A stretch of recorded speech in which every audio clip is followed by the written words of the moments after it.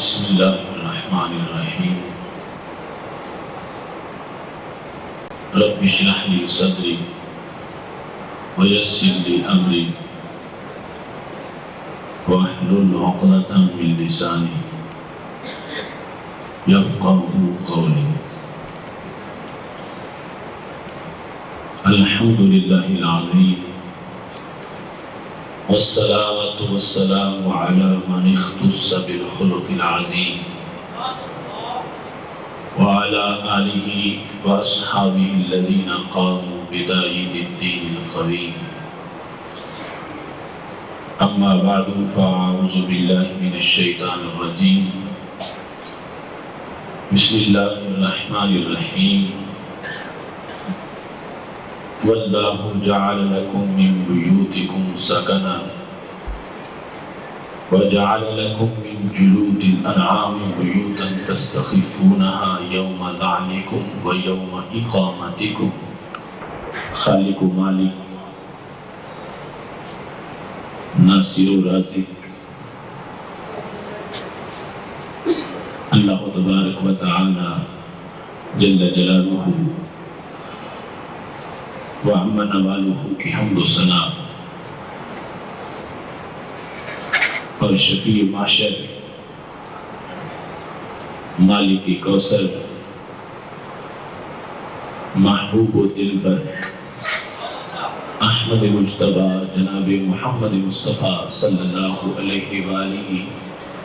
وصحابہ وبارک وسلم کے دربار گہربان میں ہدیہ درود السلام عرض کرنے کے بعد وارثان منبر و محراب، ارباب فکر و دانش، نہایت ہی محتشم معزز حضرات و خواتین، رب ذوالجلال کے فضل اور توفیق سے آج ہم کو رمضان مبارک کے پرکیف لمحات میں ادارہ صراط مستقیم کے فہم دین کورس کے 8ویں درس میں شرکت کی سعادت حاصل ہو رہی ہے. ہماری آج کی گفتگو کا موضوع ہے گھر کا اسلامی ماحول. میری دعا ہے خالق کائنات جل جلالہ سب کو قرآن و سنت کا فہم عطا فرمائے، قرآن و سنت کے ابلاغ و تبلیغ اور اس پر عمل کی توفیق عطا فرمائے. دیگر موضوعات کی طرح یہ موضوع بھی نہایت اہم موضوع ہے اور عملاً اس کو زندگی کے نشیب و فراز میں اپنے پیش نظر رکھنا یہ ازحد ضروری ہے. میرا رب الفاظ کو تاثیر اور حروف کو سوز عطا فرمائے اور رمضان المبارک کے اس روحانی وقت کی وجہ سے ہمیں جو سنے اس پر عمل کے اندر بھی آسانی پیدا فرمائے. میں نے قرآن مجید برہان رشید کی سورہ نحل کی آیت نمبر 80 کا ایک حصہ آپ کے سامنے تلاوت کیا ہے. وَاللَّهُ جَعَلَ لَكُم مِّن بُيُوتِكُمْ سَكَنًا. Allah gave you houses for habitation. وَجَعَلَ لَكُم مِّن جُلُودِ الْأَنْعَامِ بُيُوتًا, and made for you of the skins of cattle. تَسْتَخِفُونَهَا, they are light for you. يَوْمَ ذَانِكُمْ, the day of travel. وَيَوْمَ إِقَامَتِكُمْ, and the day you stay at stage. رب ذوالجلال فرماتا ہے اللہ نے تم کو بسنے کے لیے گھر دیے اور اس نے تم کو جانوروں کے کھالوں سے گھر میسر کیے جن کو تم ہلکا سمجھتے ہو سفر کے دن اور رہائش کے وقت جب تم کسی جگہ مقیم ہو۔ خالق کائنات جل جلالہ نے یہاں اپنے احسانات کا تذکرہ کرتے ہوئے جہاں دیگر بہت سی چیزوں کو ذکر کیا، وہاں انسان کے لیے جو اللہ کا گھر کی شکل میں انعام ہے اس کو بھی تفصیل سے ذکر کیا اور گھر کی دو قسموں کو بیان کیا۔ ایک وہ گھر جو غیر منقولی ہے اور دوسرا موبائل گھر جو خیموں کی شکل میں کہیں بھی خیمے لگا کر بنایا جا سکتا ہے۔ خالق کائنات جل جلالہ بندے کو یہ احساس دے رہا ہے کہ گھر کا ہونا یہ بھی بہت بڑا احسان ہے۔ جس زمین پر تم گھر بناتے ہو اس زمین کا ہر وقت گھر کو اپنی آغوش میں حرکت کے بغیر رکھنا یہ مسلسل اللہ کا ایک کرم ہے۔ آپ نے دیکھا کئی سالوں کے بعد ایک منٹ اگر زمین نے جنبش کی تو اس کے دامن سے گھروں کا ملبہ سارا تتر بتر ہو گیا۔ خالق کائنات فرماتا ہے میرا احسان سمجھو، اب ہمیں وہ چند لمحے تو نہیں بھولتے لیکن ہر وقت زمین جو پیار سے گھروں کو آغوش میں لیے ہوئے ہے ہمیں اس وقت احساس اجاگر نہیں ہوتا کہ خالق کائنات جل جلالہ نے کتنے کرم سے ہمیں یہ گھر دیے ہیں اور پھر ان میں رہائش کی ہمیں توفیق بخشی ہے۔ وہ اس احساس کو اجاگر کرتے ہوئے فرما رہا ہے کہ میں نے تمہیں بے خوف و خطر رہنے کی جگہ دی اور اس میں مقصد یہ ہے کہ تم ہر وقت مجھے یاد کرتے رہو کہ جس اللہ نے ہمیں اتنی بڑی زمین کو کنٹرول کر کے ایسے کر دیے ہیں اور ان میں ہمیں سکونت دی ہے۔ گھر کی تعمیر کے بعد بھی جہاں زمین کی عدم حرکت کا دخل ہے وہاں خالق کائنات جل جلالہ نے ہزاروں درندوں کو اس جگہ آنے سے روکا ہوا ہے۔ اگر خالق کائنات جل جلالہ کا حکم نہ ہوتا تو سارے گھر مختلف حشرات سے، سانپوں سے اور درندوں سے بھر جاتے۔ سارے درندے صحراؤں سے نکل کر لوگوں کی رہائشی کالونیوں کا رخ کر لیتے، لیکن اللہ فرماتا ہے ہم نے تمہیں رہائش دی ہے گھروں میں، اس واسطے ہم ان درندوں کو گھروں کی طرف نہیں آنے دیتے اور تم بے خطر آرام کے ساتھ اپنے گھروں میں سکونت اختیار کرتے ہو۔ خالق کائنات جل جلالہ نے اس آیت میں حضرت انسان کو گھر کی آغوش میں رہتے ہوئے جو ذمہ داری اس پر عائد ہوتی ہے اس کا درس دیا کہ گھر مقام غفلت نہیں، گھر اللہ کی سرکشی کا مرکز نہیں، گھر اللہ سے عداوت والی جگہ کا نام نہیں، بلکہ گھر تو وہ گہوارہ ہے جو ہر وقت اللہ کے ذکر سے آباد رہنا چاہیے۔ اس واسطے کہ خالق کائنات جل جلالہ نے اپنے خصوصی فضل و کرم کا اس کو مرکز بنا کر اپنے بندے کو آرام اور سکون بخشا تاکہ بندہ سکون کے ساتھ اپنے مولا کو یاد کرتا رہے۔ اور یاد رکھیں گھر اینٹوں کا نام نہیں، ویسے تو اس سفید ہستی پر کتنی عمارات اور بلڈنگیں بنی ہوئی ہیں مگر ان کو گھر خاص نسبت کے لحاظ سے کہا جاتا ہے۔ ہر مکان گھر نہیں ہوتا، گھر کی اینٹوں کے ساتھ انسانی رشتوں کی کچھ تحریریں وابستہ ہوتی ہیں تو پھر اس اینٹوں کے مرکز کو گھر سے تعبیر کیا جاتا ہے۔ خالق کائنات جل جلالہ نے قرآن مجید کے دوسرے مقام پر اسی سورہ نحل کے اندر رب ذوالجلال ارشاد فرماتا ہے وَاللَّهُ جَعَلَ لَكُم مِّنْ أَنفُسِكُمْ أَزْوَاجًا، اللہ وہ ہے کہ جس نے تمہارے لیے تمہیں سے تمہاری بیویاں پیدا کی، وَجَعَلَ لَكُم مِّنْ أَزْوَاجِكُمْ بَنِينَ وَحَفَدًا، اور پھر اس نے تمہارے لیے تمہاری ازواج سے بیٹے پوتے اور نواسے پیدا کیے۔ رب ذوالجلال اس احساس کو بندے کے اندر اجاگر کر کے گھر کے ماحول کو مکمل فرما رہا ہے کہ ہم نے اس طرح کا ماحول دیا اور تمہاری وحشت کو دور کیا، اس اینٹوں کے مرکز کے ساتھ تمہارا دل لگا دیا، اور پھر اس میں سکون کے لیے رشتوں کے لحاظ سے ہم نے ایک ایسا انسانی ماحول گھر کی شکل میں آباد کیا کہ جس میں رہتے ہوئے تم وحشت زدہ نہیں ہوتے، جس میں رہتے ہوئے تم خوف زدہ نہیں ہوتے، اور جس میں رہتے وقت تمہارے سامنے روشن مستقبل کی امیدیں ہوتی ہیں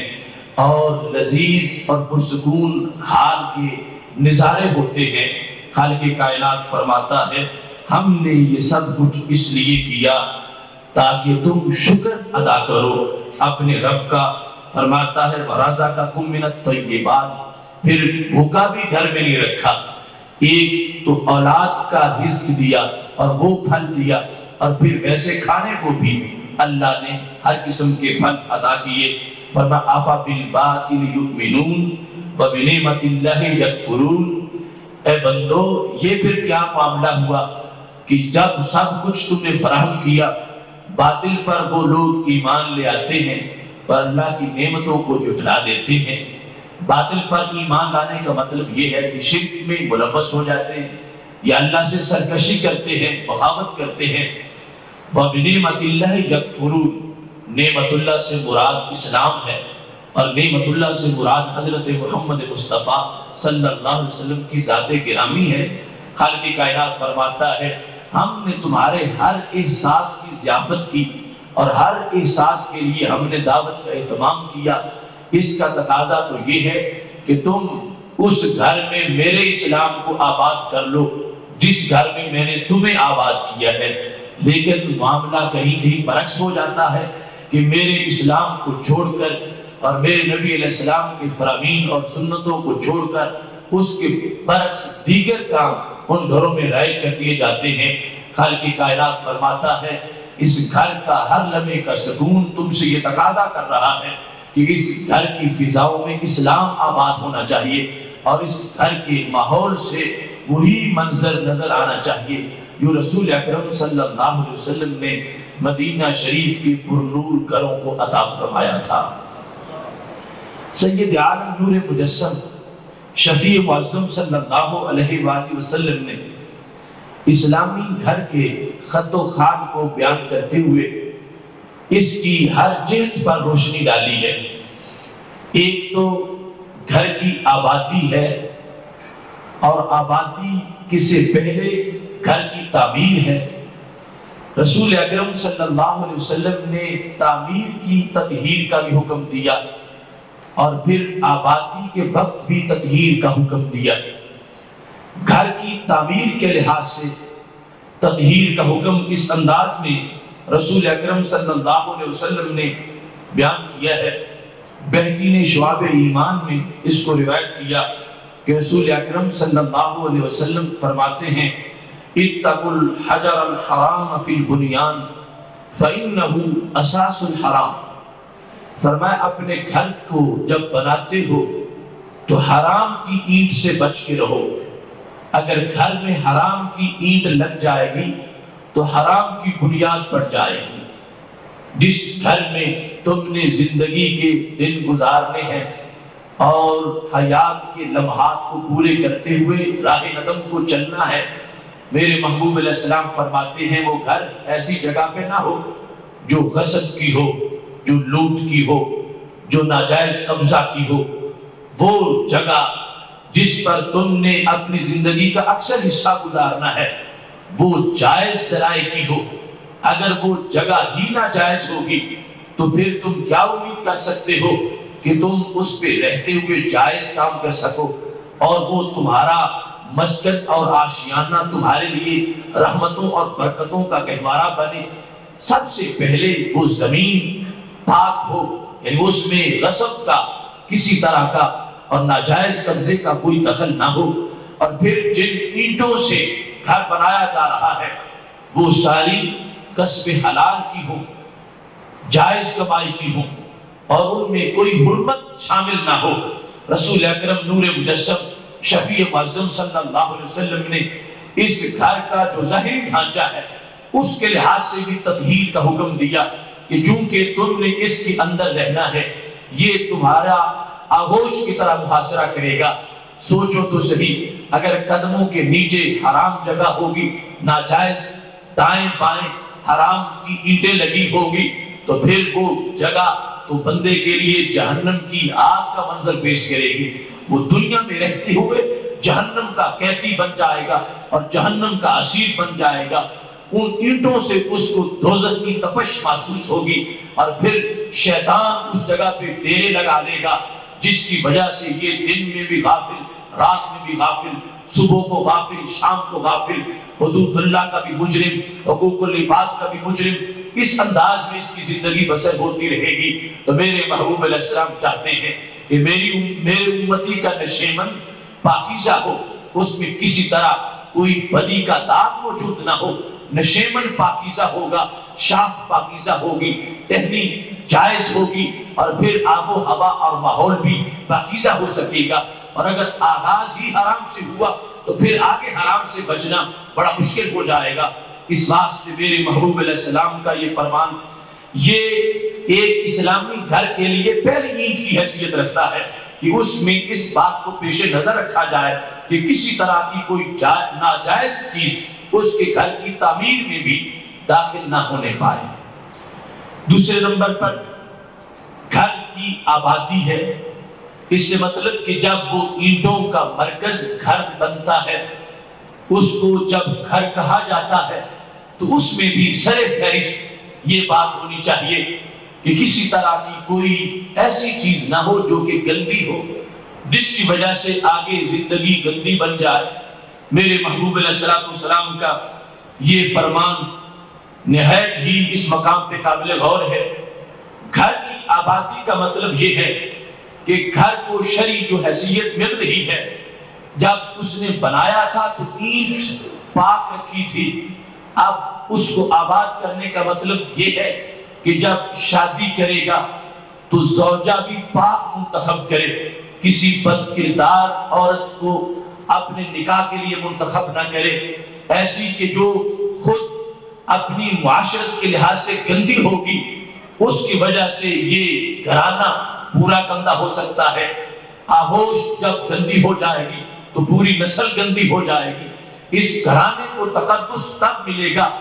اتنا دخل اینٹوں کا نہیں جتنا دخل اس گھر والی کا ہے، کہ جس کی وجہ سے اس کو گھرانہ کہا جائے گا اور یہ گھر بنے گا۔ تو رسول اکرم نور مجسم شفیع معظم صلی اللہ علیہ وسلم نے اپنی امت کو اس سلسلے میں بھی متوجہ کیا کہ جب گھر بننے والا ہے تو اس میں بھی حرام سے بچنا، اور اس میں بھی ناجائز سے بچنا، اور اس میں بھی فحاشی اور عریانی کے دھبوں اور داغوں سے بچنا، اور اس میں بھی ایسی برائی کی علامت سے بچنا جس کی وجہ سے آگے برائی کا سلسلہ پھیلتا چلا جائے۔ میرے محبوب علیہ السلام نے ایک معیار دے دیا، اور آج گھر کی آبادی کے لحاظ سے اس معیار کو اپنے سامنے رکھنا یہ بھی امت مسلمہ کا بہت بڑا فریضہ ہے۔ نبی اکرم نور مجسم شفیع معظم صلی اللہ علیہ وسلم کا یہ فرمان ابن ماجہ شریف میں حدیث نمبر 1859 میں موجود ہے۔ حضرت عبداللہ بن عمر رضی اللہ تعالی عنہ، عبداللہ بن عمر اس کے راوی ہیں کہ رسول اکرم صلی اللہ علیہ وسلم ارشاد فرمانے لگے،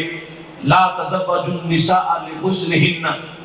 کبھی بھی کسی عورت کے ساتھ شادی محض اس کے حسن کی وجہ سے نہ کرو،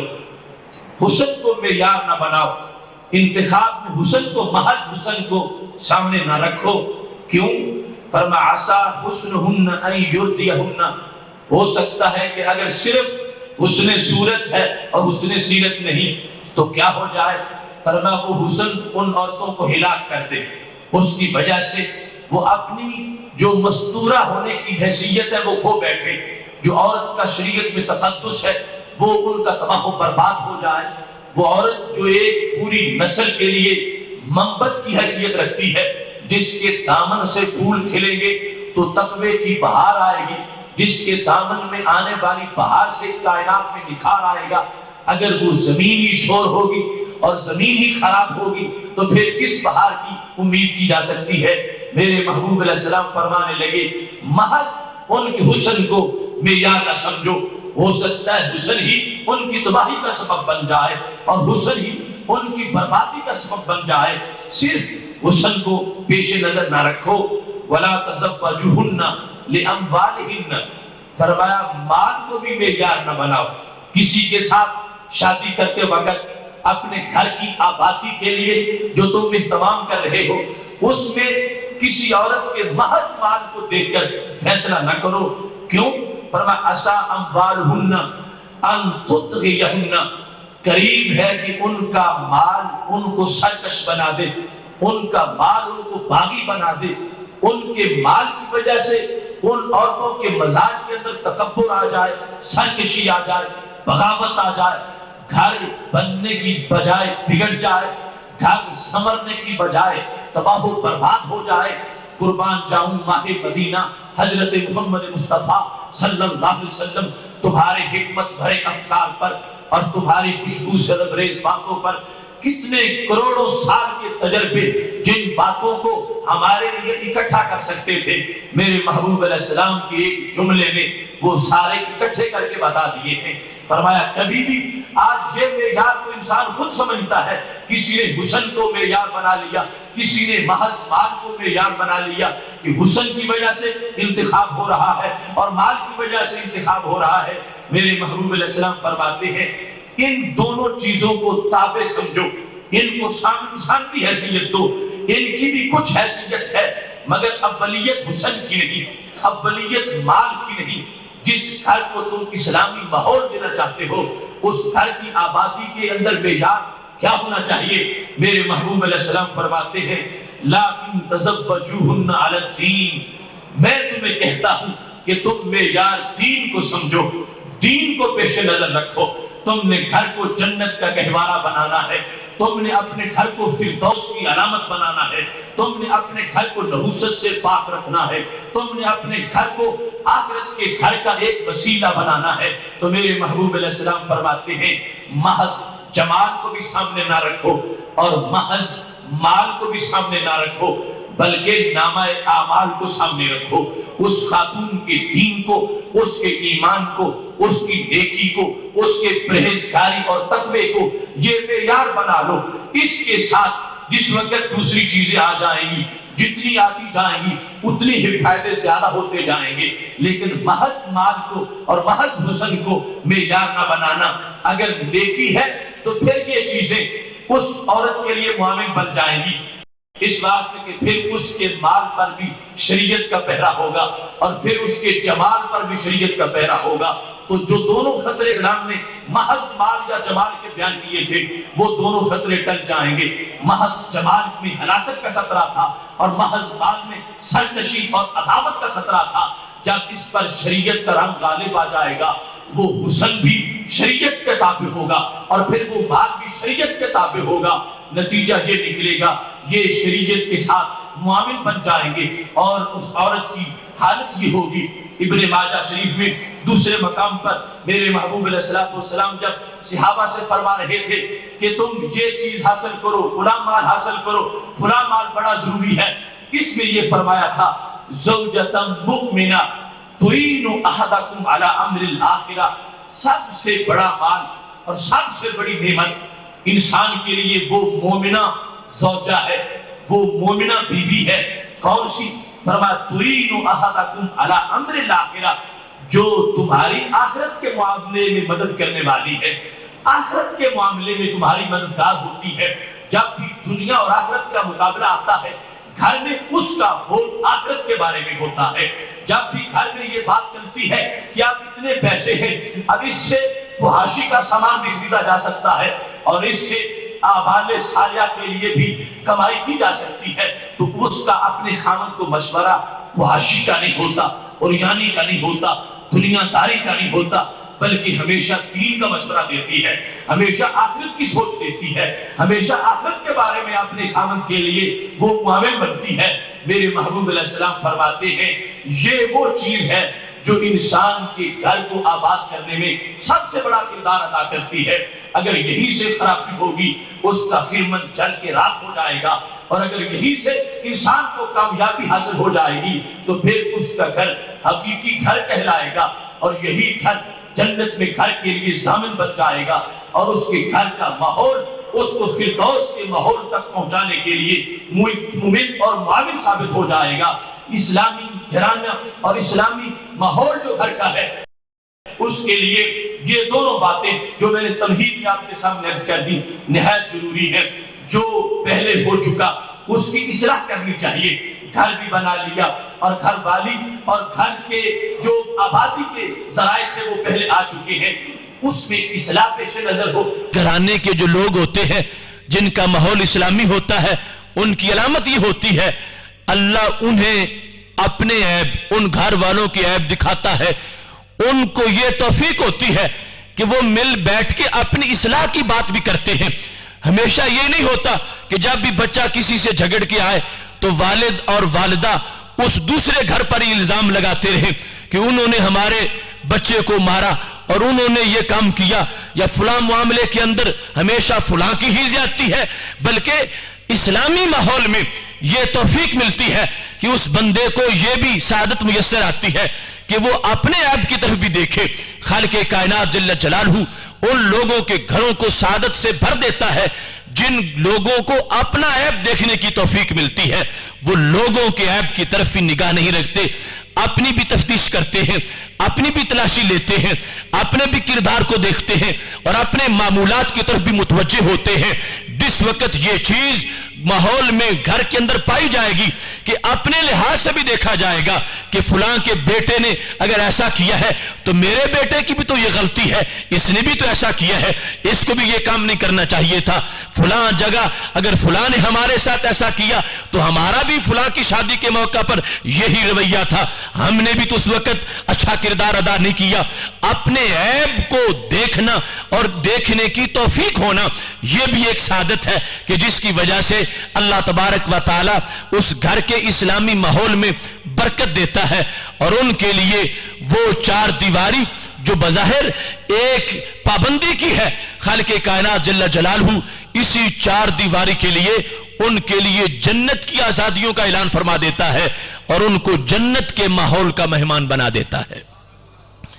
رسول اکرم نور مجسم شفیع معظم صلی اللہ علیہ وسلم نے انہی آداب کو بیان کرتے ہوئے کیا کیا معاملہ اپنی امت کے لیے بیان نہیں کیا. ایک دن یہ ارشاد ہو رہا تھا اذا کان جنہ اللیل، جب رات کا وقت آ جائے، کفو صبیانکم، میری امت اپنے بچوں کو گھروں میں روک لیا کرو، شام کے وقت ان کو گھروں سے باہر نہ نکلنے دیا کرو، شام کے وقت ان کو گھروں میں رکھو. کیوں؟ فرمایا ان الشیطان ینتشر حینئذ، جب سورج غروب ہو رہا ہوتا ہے اس کے فوراً بعد شیطان دوڑتے ہیں، بھاگتے ہیں، چکر لگاتے ہیں، اسی دوران وہ بچوں کو اغوا کرتے ہیں، اسی دوران وہ جنوں کا حملہ ہوتا ہے. فرمایا بالخصوص یہ وقت جو غروب شمس کا ہے اس وقت اپنے بچوں کو روک کے رکھو. فَإِذَا ذَهَبَ سَاعَةٌ مِّنَ اللَّيْلِ فَخَلُّهُمْ، جب تقریباً 1 گھنٹے کا ٹائم گزر جائے تو پھر ضرورت کے پیش نظر ان کو گھر سے چھوڑ بھی سکتے ہو کہ وہ گھر سے نکل لیں، باہر جا سکیں. لیکن آج تو وہ شر شیطان کہ سوا شر انسان بھی موجود ہے اور اس کے بعد بھی نکلنے کے خطرات موجود ہوں گے، لیکن رسول اکرم صلی اللہ علیہ وسلم کی حکمت کا یہ حصہ بڑا قابل غور ہے، اور ہر حصہ ہی قابل غور ہوتا ہے کہ شام کا وقت جب غروب شمس ہو رہا ہے وہ بالخصوص شیطانوں کے دوڑنے کا وقت ہے، اور اس وقت وہ دھکے دیتے پھر رہے ہوتے ہیں، آگے پیچھے جھپٹ رہے ہوتے ہیں۔ اپنی اولاد کی بالخصوص اس وقت حفاظت کرنی چاہیے، اور جب کچھ حصہ غروب شمس کے بعد گزر جائے، رات چھا جائے اچھی طرح، تو اس کے بعد اگر کسی کو مجبوری ہے تو ضرورت کے پیش نظر وہ باہر نکل سکتا ہے۔ اور شام کے آداب کو بیان کرتے ہوئے میرے محبوب علیہ السلام فرمانے لگے اغلق الابواب، اسلامی ماحول یہ ہے کہ شام ہوتے ہی دروازے بند کر دو، دروازے کھلے نہ رکھو، دروازے بند کرو، وذکر اسم اللہ علیہ، بسم اللہ پڑھتے ہوئے دروازے بند کرتے جاؤ، اور کوئی کھڑکی بھی کھلی نہ رہنے دو، کوئی دروازہ بھی کھلا نہ رہنے دو، یہاں تک فرما دیا اگر تمہارے اس دروازے میں کیواڑ نہیں ہے، ٹاک موجود نہیں ہے، تو میرے محبوب علیہ السلام فرمانے لگے ایک چھڑی ہی کھڑی کر دو، ایک دھاگا ہی باندھ دو، شریعت کا اتنا ہی پہرا کافی ہے۔ فرمایا جس گھر کا دروازہ بند ہوگا کبھی بھی شیطان بند دروازے کو نہیں کھولے گا۔ ان الشیطان لا یفتح بابا مغلقا، جس کو بند کر دیا گیا ہے، حالانکہ کتنا پاورفل شیطان ہے اور کس قدر ضدی ہے، سرکش ہے، لیکن یہ پابندیاں جو شریعت نے لگا رکھی ہیں ان سے آگے جانے کی اس کی مجال نہیں ہے۔ جب شریعت کا حکم مانتے ہوئے بسم اللہ پڑھ کے آپ نے دروازہ بند کر دیا، اب وہ اندر داخل نہیں ہو سکے گا، صرف لکڑی کھڑی کر دی۔ وہ جو شیطان جس کو اتنی مہارت ہے اور اتنا کنٹرول ہے کہ وہ بندے کے خون میں بھی شامل ہو سکتا ہے، اور خون میں مل کر بندے کے اندر وہ پورے رگوں کے اندر اس کا دوران ہوتا ہے، یہ شریعت مطہرہ کے پہرے ہیں۔ اللہ نے اتنا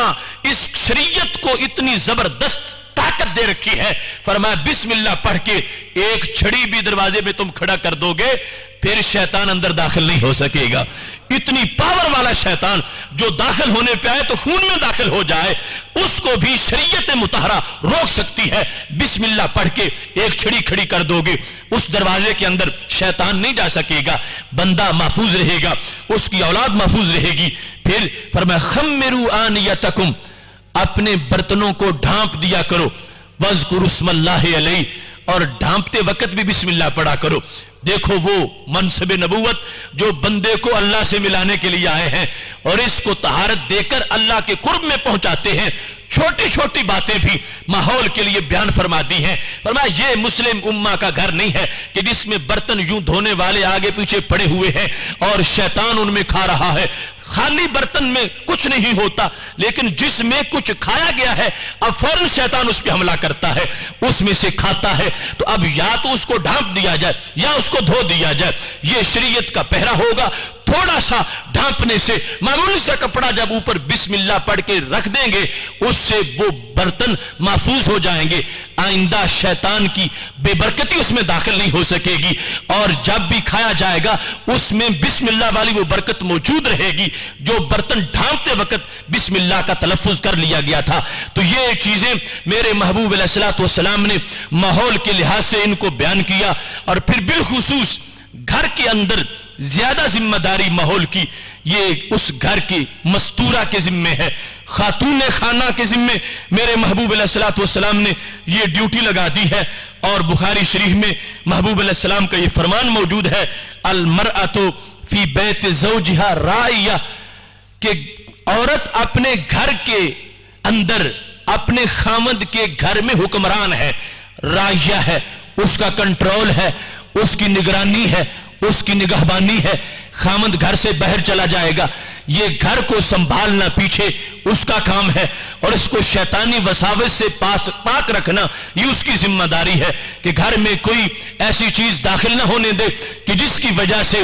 گھر کے ماحول میں خرابی لازم آتی ہو، اور بالخصوص پردے کے لحاظ سے نہ تو خود بے پردہ باہر نکلے اور نہ ہی کسی غیر محرم کو اپنے گھر میں داخل ہونے کی اجازت دے. یہ آج جو ہمارے ماحول بنے ہوئے ہیں کہ خامند کے دوست بھی گھر میں کھلے آ رہے ہیں اور جا رہے ہیں اور غیر محرم آ رہے ہیں اور سارا معاملہ ایسا ہو رہا ہے. میرے محبوب علیہ الصلوۃ والسلام نے اس کو اسلامی ماحول کے لیے زہر قاتل قرار دیا ہے کہ اس کی وجہ سے تمام روحانیت جو گھر کی ہے وہ تہہ و بالا ہو جائے گی. جس وقت پابندی پردے کے لحاظ سے ہوگی اس میں اتنی برکتیں آ جائیں گی کہ گھر کے اندر رہتے ہوئے بندہ اگرچہ بظاہر کسی بندگی میں مصروف نہیں، اللہ ہر سانس میں اس کو بندگی کا ثواب عطا فرمائے گا.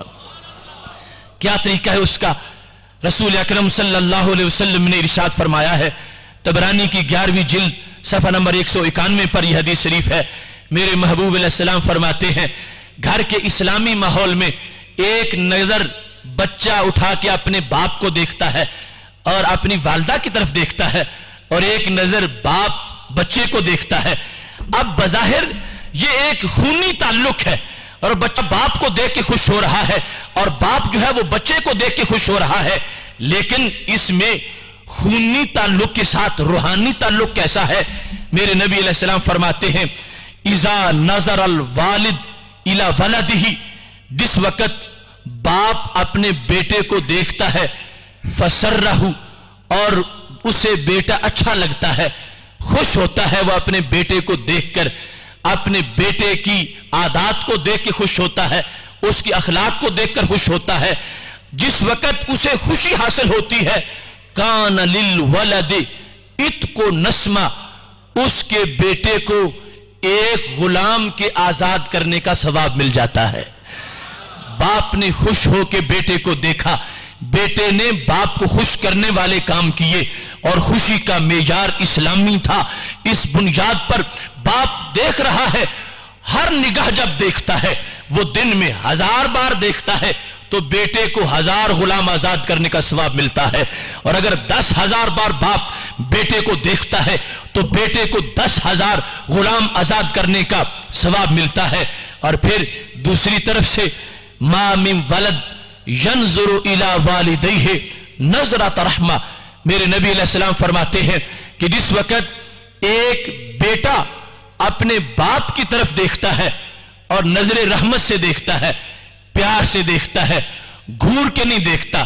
عداوت اور سرکشی سے نہیں دیکھتا جس طرح کی بگڑی ہوئی اولاد ہوتی ہے. نہیں، بیٹا مطیع ہے، بیٹا فرما بردار ہے، بیٹا والدین کے ساتھ حسن سلوک کا علم بردار ہے. وہ بیٹا جب باپ کی طرف دیکھ رہا ہے، اگرچہ اس میں باپ کو اس نے کھانا نہیں کھلایا، دیکھنے میں اس نے کوئی باپ کو کپڑے نہیں پہنا دیے، صرف پیار سے شفقت سے باپ کو من حیث الوالد دیکھا ہے، اس کو کیا ملے گا؟ میرے محبوب علیہ السلام فرماتے ہیں الا کتب اللہ لہ بکل نظر حجۃ مبرورہ، ہر نظر میں اللہ اس بیٹے کو مقبول حج کا ثواب عطا فرمائے گا. اب دیکھو اسلامی ماحول کی کتنی برکتیں آئیں. صدیوں کا سفر گھنٹوں میں طے ہو سکتا ہے اور لاکھوں خرچ کرنے کے جو اسفار ہیں وہ مفت میں برکتیں حاصل ہو سکتی ہیں. فرمایا جس وقت اس نے اپنے والد کی طرف یا والدہ کی طرف ادب سے دیکھا، پیار سے دیکھا، اگرچہ اس وقت یہ تہجد نہیں پڑھ رہا تھا، جب دیکھ رہا تھا اس وقت یہ طواف نہیں کر رہا تھا، جب گھر میں ہی اپنے والدین کی زیارت کر رہا تھا تو صفا مروہ میں ساج نہیں کر رہا تھا، اپنے گھر میں ہی بیٹھا تھا. لیکن وہ رب جو وہاں طواف کروا کے حج کا ثواب دے سکتا ہے وہ اس اسلامی ماحول پر گھر میں بھی ثواب عطا فرما سکتا ہے. فرمایا جس وقت یہ انداز ہوگا ہر لمحہ یہ دنیا داری کا بھی دین کا معاملہ بن جائے گا اور خالق کائنات جل جلالہ جانبین کو اس پر اجر عظیم عطا فرما دے گا. رسول اکرم نور مجسم شفیع معظم صلی اللہ علیہ وسلم کے پاس ایک خاتون آ گئیں جن کا نام حضرت اسماء بنت یزید انصاریہ ہے. حضرت اسماء بنت یزید انصاریہ نبی اکرم صلی اللہ علیہ وسلم کے پاس پہنچی. کنز العمال جلد نمبر 16 صفحہ نمبر 411 پر یہ حدیث شریف ہے. اسماء بنت یزید کہنے لگیں یا رسول اللہ صلی اللہ علیہ وسلم انا وافدۃ النساء الیک، میں آج خود نہیں آئی مجھے خواتین نے اپنا ترجمان بنا کے بھیجا ہے، میں سب خواتین کی صحابیات کی نمائندہ بن کے آئی ہوں، اور ان کا ایک مطالبہ تھا، وہ میں لے کر آپ کے پاس پہنچ گئی ہوں۔ رسول اکرم نور مجسم شفیع معظم صلی اللہ علیہ وسلم نے فرمایا کیا مطالبہ ہے، صحابیات کیا چاہتی ہیں، میرا کلمہ پڑھنے والی خواتین کو کس چیز کی تڑپ ہے؟ قربان جائیں ان کی نیکی کے جذبے پر اور طہارت کی تڑپ پر۔ صحابیات کو اگر تقاضا تھا تو کس چیز کا تقاضا تھا؟ رسول اکرم صلی اللہ علیہ وسلم سے وہ کہنے لگیں کہ ساری خواتین یہ کہہ رہی ہیں ان الرجال فضلوا علینا بالجمع والجماعات، یا رسول اللہ صلی اللہ علیہ وسلم یہ مرد تو ہم سے کہیں آگے نکل گئے، ان کو نیکی کے زیادہ مواقع میسر ہیں اور ہمیں نیکی کے تھوڑے مواقع میسر ہیں، ان کے لیے زیادہ چانسز ہیں، ہمارے لیے تھوڑے ہیں۔ یہ جماعات میں جاتے ہیں، جمعے میں جاتے ہیں، وعیادت المرضى مریضوں کی عیادت کرتے ہیں، وشہود الجنائز جنازے پڑھتے ہیں،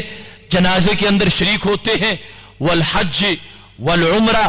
عمرہ کے لیے جاتے ہیں، حج کے لیے جاتے ہیں، والرباط تلواریں لے کر میدان جہاد میں ہوتے ہیں، ان کے لیے مواقع زیادہ ہیں۔ مطلب یہ تھا ہم اگرچہ اجازت تو ہے ہمیں بھی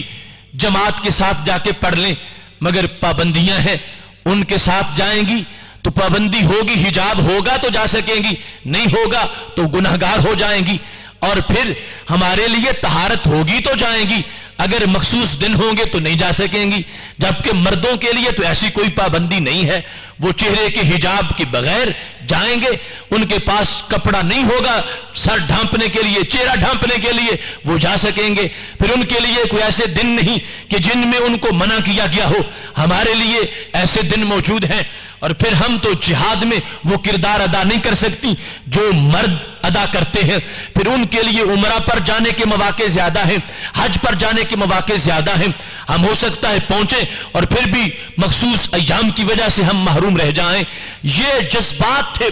خواتین اسلام کے اندر۔ انہوں نے حضرت اسماء بنت یزید کو بھیج دیا کہ جاؤ تم نبی علیہ السلام سے بات کر لیتی ہو، ہماری بھی جا کے ترجمانی کر دو، اور محبوب علیہ السلام سے عرض کرو فضلوا علینا، ہمارا کوئی بندوبست کرو، ہم بھی تقوی میں ان کے ساتھ شامل ہونا چاہتی ہیں، ہمیں بھی فضیلت ان جیسی ملنی چاہیے۔ آج سوچ کتنی بدل گئی، آج وہ کچھ خواتین جو مغرب زدہ ہیں وہ نعرے لگا رہی ہیں ہم مردوں کے شانہ بشانہ چلیں گے، ہم مردوں کے شانہ بشانہ ہمیں حقوق چاہیے، ہمیں مردوں کے ساتھ شانہ بشانہ یہ سہولیات چاہیے۔ حالانکہ اسلام نے جو حقوق عورت کو دیے اتنے تو حقوق کوئی کسی کو دے ہی نہیں سکتا۔ اور تڑپ اس وقت خواتین کی شانہ بشانہ کس لحاظ سے تھی کہ جتنی نیکی یہ کرتے ہیں اتنی نیکی ہماری بھی ہونی چاہیے، جتنے سجدے یہ کرتے ہیں اتنے سجدے ہمارے بھی ہونے چاہیے، جتنے عمرے یہ کرتے ہیں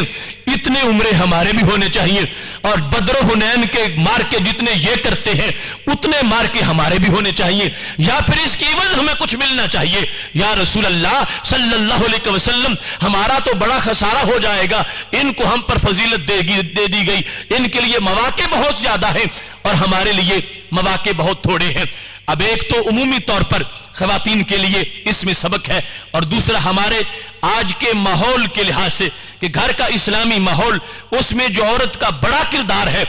اس کا عورت کو فائدہ کتنا ہے، اور اس کی وجہ سے عورت کو کتنی بڑی بلندی ملنے والی ہے۔ جس وقت سوال مکمل ہو گیا اور صحابیہ نے دل کھول کے اپنے جذبات کا اظہار کر لیا کہ فلاں فلاں چیزیں ہیں ان میں ہم پیچھے رہ چکی ہیں اور مردوں کو ہم پر فلاں فلاں معاملے میں ترجیح دے دی گئی ہے، جس وقت رسول اکرم نور مجسم شفیع معظم صلی اللہ علیہ وآلہ وسلم نے یہ سن لیا تو کیا فرمایا، انصرفی ایتھا المرأة، لو اب تم نے بات پوری کر لی، جواب سن کے گھر چلی جاؤ، جواب سن کے واپس پہنچو، وعالمی من وراءک، اور جو پیچھے تمہارے انتظار میں بیٹھی ہیں ان کو جا کے بتا دو، جنہوں نے تجھے بھیجا ہے اپنی لیڈر بنا کے سوال کرنے کے لیے، وہ ساری منتظر بیٹھی ہوں گی، جاؤ میرا جواب جا کے ان کو سنا دو۔ میں تمہیں ایک نسخہ بتا رہا ہوں، تمہیں میدان جنگ میں جانے کے بغیر مجاہد جیسا ثواب ملتا رہے گا،